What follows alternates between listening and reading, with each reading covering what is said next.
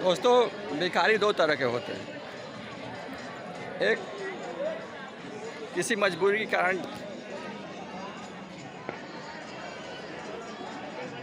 भीख मांगने के लिए मजबूर हो जाते हैं, और दूसरा जो शौक से भीख मांगते हैं। 50% पॉपुलेशन जो है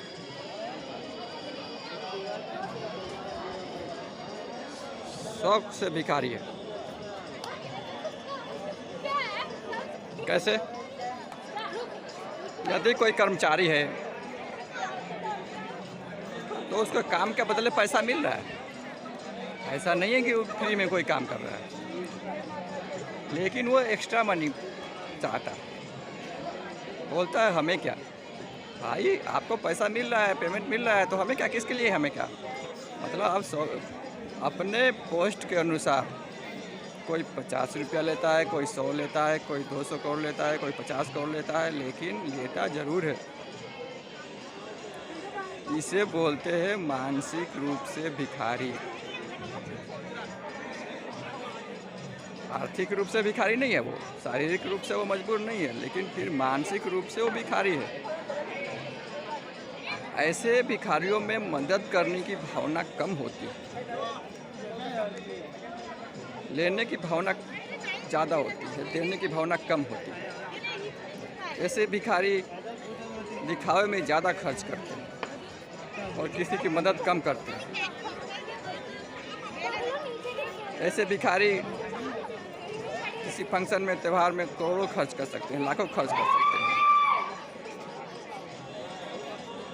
और किसी जीव का हत्या तुरंत कर देते हैं। लेकिन जब मदद करने की बात आती है तो नहीं करते।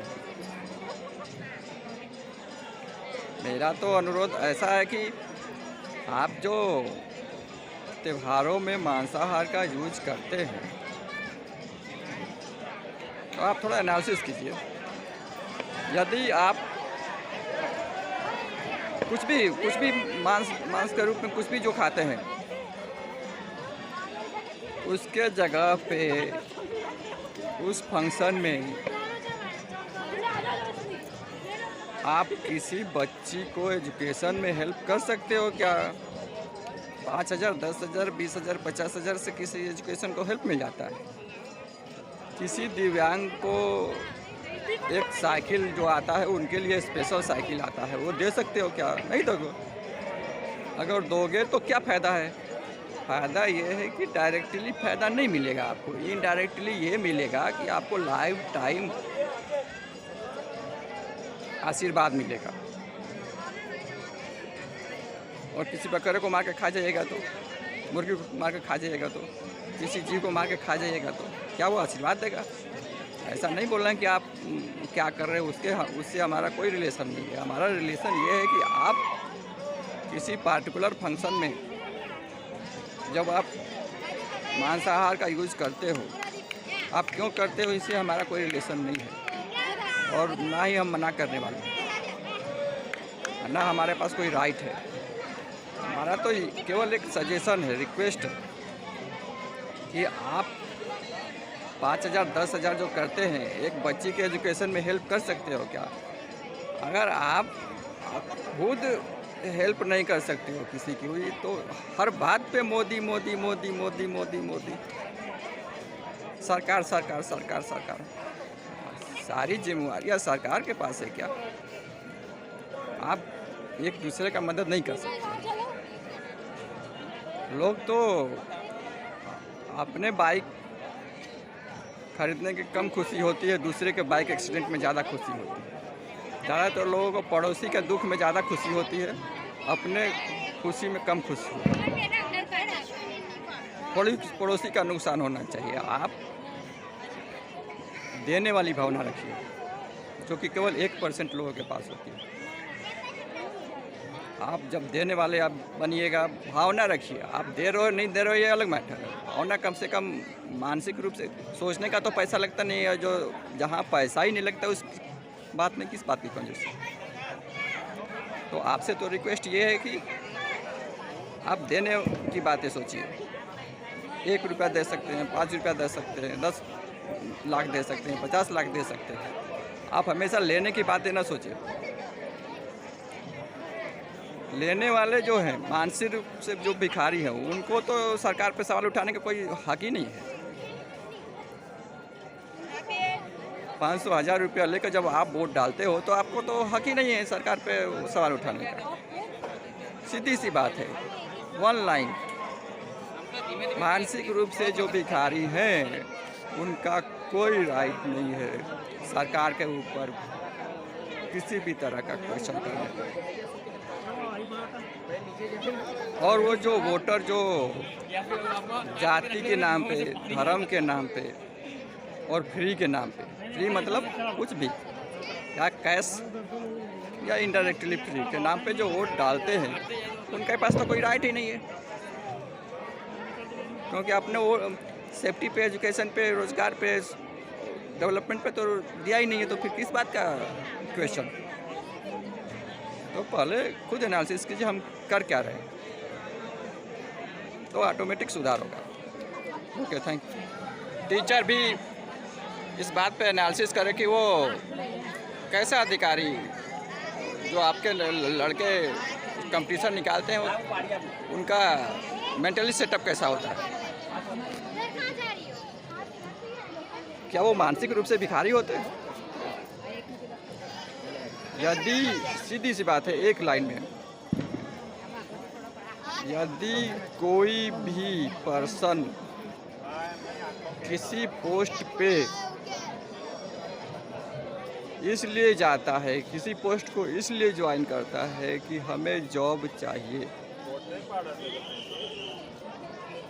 तो 100% गारंटी है कि ऐसे लोगों में 80% लोग मानसिक रूप से भिखारी होंगे। यदि कोई पर्सन किसी पोस्ट को इसलिए ज्वाइन करता है कि इस पोस्ट के माध्यम से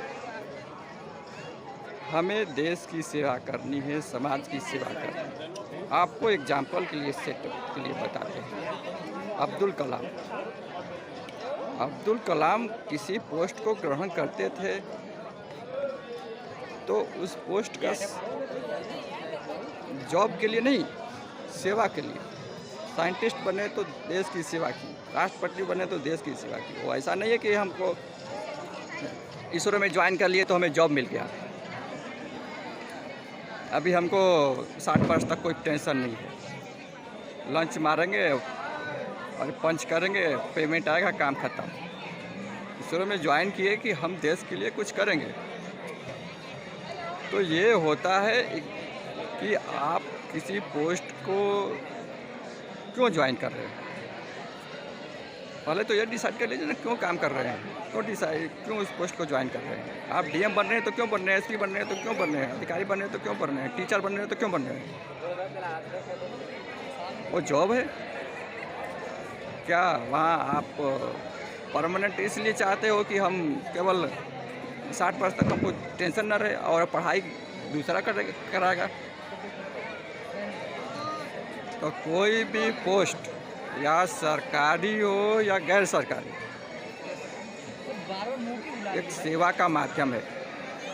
यदि आपको पैसा कमाना है तो MBA चाय वाला बन जाइए। आप नॉर्मल अधिकारी से वो ज़्यादा पैसा कमाते हैं, बिजनेसमैन बन जाइए। धीरू भाई अंबानी तो गरीबी से निकल के इंडिया के नंबर 1 बन गए। आपको अपने पढ़ाई पे इतना कॉन्फिडेंस है तो आप बिजनेस में आइए, नंबर 1 बनिए। धीरू भाई अंबानी तो पेट्रोल पंप पे काम करते हुए, फोर्थ ग्रेड का कर्मचारी, पेट्रोल भरना, सफाई करना, वो कोई बड़ा पोस्ट वाला नहीं है। लेकिन आप बड़े पोस्ट पे हैं तो आपको ज़्यादा कॉन्फिडेंस है, ज़्यादा इंटेलिजेंस है, ज़्यादा अभिमान है, ज़्यादा घमंड है, तो बिजनेस में आइए, GDP में हेल्प कीजिए, ग्रोथ में। तो क्लियर बात है कि आप डिफेक्टिव प्रोडक्ट न निकालिए, जितना प्रोडक्ट निकालिए क्वालिटी फुल प्रोडक्ट निकालिए। आपके कोचिंग से अगर 4 निकलते हैं, 4 ईमानदार निकलते हैं तो देश के लिए वो गोल्ड मेडल है। 100 लड़के अगर निकलते हैं और 99 डिफेक्टिव होते हैं, मानसिक रूप से भिखारी होते हैं, तो क्या फ़ायदा? खुद एनालिसिस कीजिए। हम इस पे कोई हमारा अलग से कोई ये इस पे कटाक्ष नहीं कर सकते। लोगों को खुद एनालिसिस करना होगा। अगर आप देश को सुधारना चाहते हैं तो इस बात पर ध्यान दीजिए कि आपका बच्चा, आपका स्टूडेंट किसी पोस्ट को ज्वाइन कर रहा है तो क्यों ज्वाइन कर रहा है? काम करने से पहले उसको एनालिसिस कीजिए। जी रहा है तो क्यों जी रहा है? जीने की कोई उसकी इच्छा है तो क्यों है? कोई लाइफ टारगेट विजन है क्या? ज़्यादातर रोड एक्सीडेंट में हाई स्पीड में मरने वाले लोग वही लोग होते हैं जिनका कोई जीने का मकसद ही नहीं है। उनको मालूम ही नहीं है कि जी क्यों रहे हैं। पहले तो ये डिसाइड करो जी क्यों रहे। जीवन का एक टारगेट बनाओ, जीवन का एक विज़न बनाओ, जीवन का एक लक्ष्य बनाओ, तो जीवन जीने का मज़ा आता है। बड़े लोग अपने जीवन में एक टारगेट बनाते हैं, तो आप भी जीवन में एक टारगेट बनाओ और सफल हो, यही हमारी कामना है। Okay, thank you.